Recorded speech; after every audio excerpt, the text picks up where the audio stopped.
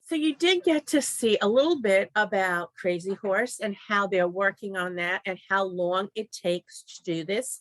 And this will be a tribute to Native Americans. We also saw a second part about Mount Rushmore, and you saw a little bit more about how they created it. What happened when they ran into a problem? They ran into a problem when they were doing Thomas Jefferson's head. They had to blast it right off the mountain and start on, excuse me, on the other side because there was a crack in the rock and they couldn't carve that. You also saw other statues that are around that pay tribute to Lincoln and other famous people and events.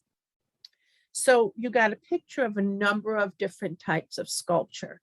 Sculpture is a piece of artwork that depicts a person, an animal, a thing, or an idea. Okay? And these things all represented what we saw right now was the feeling of a united country, of patriotism. And you saw there was a woman in that video who was talking about, wow, you get so patriotic here. And then at night, they would have members of the armed forces bring the flag down. So that would also come onto the patriotism aspect. When we looked at Crazy Horse's carving, which they're working on, it was to commemorate a great chief who actually lost to at the Little Bighorn. And one of the very interesting things that he says was, where are your lands now? Meaning, well, you lost, okay? Native Americans lost, and the whites had moved in and they took over those lands. And he says, what he's really saying is, despite the fact that we lost, you guys took our land. My land is where my people lie. Okay, so those people who were killed in the fight still represent to him as a marker of where his lands were. Okay, so let's see.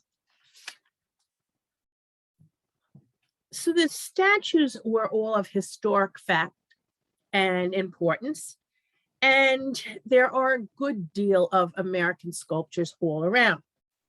One of the sculptors that I'd like to talk about today is someone called Man Ray, and he was an American visual artist. Remember, this is a class called visual arts, arts that we see in different ways.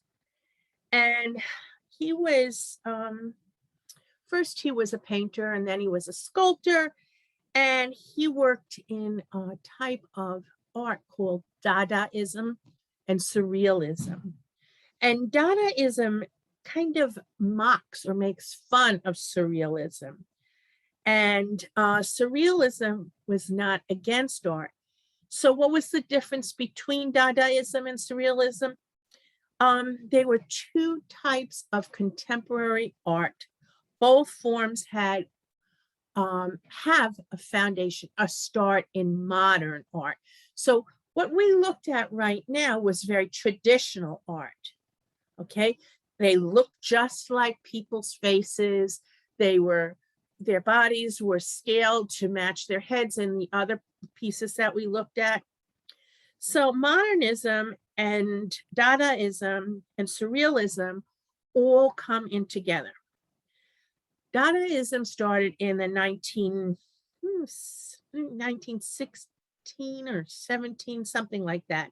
And it was a response to what people felt after World War I. World War I was a horrible war, as all wars are, and the horrors of war really impacted on the type of art that was being produced at the time. Okay? And you would see it in magazines and all kinds of prints and stuff like that. Dadaism reflected was art that was very much against World War I, and very critical about the losses of life and the fighting and that sort of thing.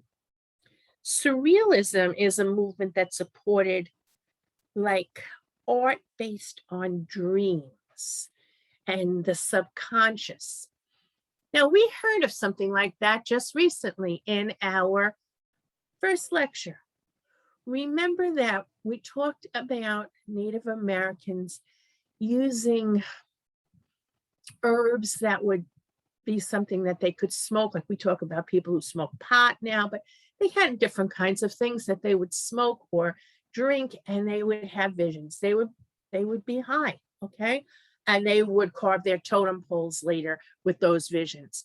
Well, surrealism is art based on dreams or thoughts in your mind. All right, so it's surreal, it's not real. And one of the people that was really into this sort of thing was Man Ray. Another sculptor that I would like to talk about is Alexander Calder. And he was an American sculptor that was known for mobiles. Remember, I talked to you when we started about art and that mobiles are a type of free hanging art that catches a breeze or the wind. And it is attached by thin wires or ropes or strings, depending on how big the piece is. And it seems to be floating, okay, very floating and free feeling. So he was really very famous for mobiles, and because of him, we see them all the time now in artwork in homes and buildings, also in museums. So right now, I want to go over to another video that you can take a look at and see just what how in sculpture there are positive and negative spaces. Positive space is me, negative space is the space around me. If we have this, positive space is here, negative space is here and around it, okay? And one of the things that I want you to look at when you see the next video is to see how a sculptor plays with positive space and negative space, and also how a sculptor plays with how light reflects off of the surface. The surface is not flat, it's carved in different ways to create shadows and lights and darks. So that's really important to look at. And when we look at these three-dimensional pieces, we have to think that the artist has to consider how the light hits the piece, how the negative and positive space work together, okay? And also, will they have a durable piece of artwork? For instance, those heads will last that we saw at Mount Rushmore or for Crazy Horse will last for years and years and years and years because they're made out of a very tough material. They're made out of granite. If the sculptor wants it to be something not permanent, he will not use a durable material. He may make his sculpture out of paper or cloth or leather, okay? So there are different things that the artist has to think about when he does his sculpture. And as we see there, with the use of different materials, certain materials lend themselves well for taller pieces. If you're going to use steel or aluminum and we're going to weld it together, you can make quite large piece.